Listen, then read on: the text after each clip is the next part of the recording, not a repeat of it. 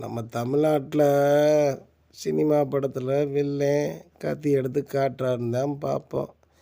இப்போ ஹீரோ கையெல்லாம் கத்தியை கொடுத்து வெட்டுற மாதிரியும் குத்துற மாதிரியும் நிறையா சீனு எடுத்துடுறாங்க.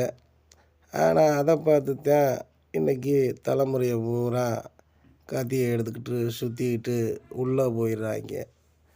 உங்களுக்கு சினிமாவில் நடிக்கிறதுக்கு உங்களுக்கு நல்லதா தெரியும், கத்தியை கொடுத்தவொடனே வச்சு நடிப்பீங்க. ஆனால் அதால் நிறையா வாழ்க்கை கெடுது.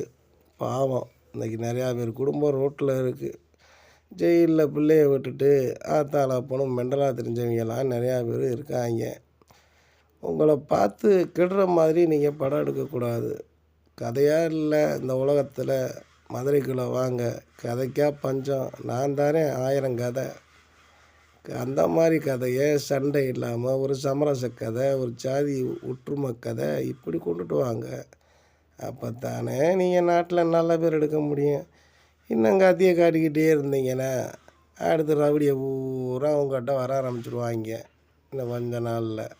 என்ன செய்ய, எங்கே கேட்குறீங்க?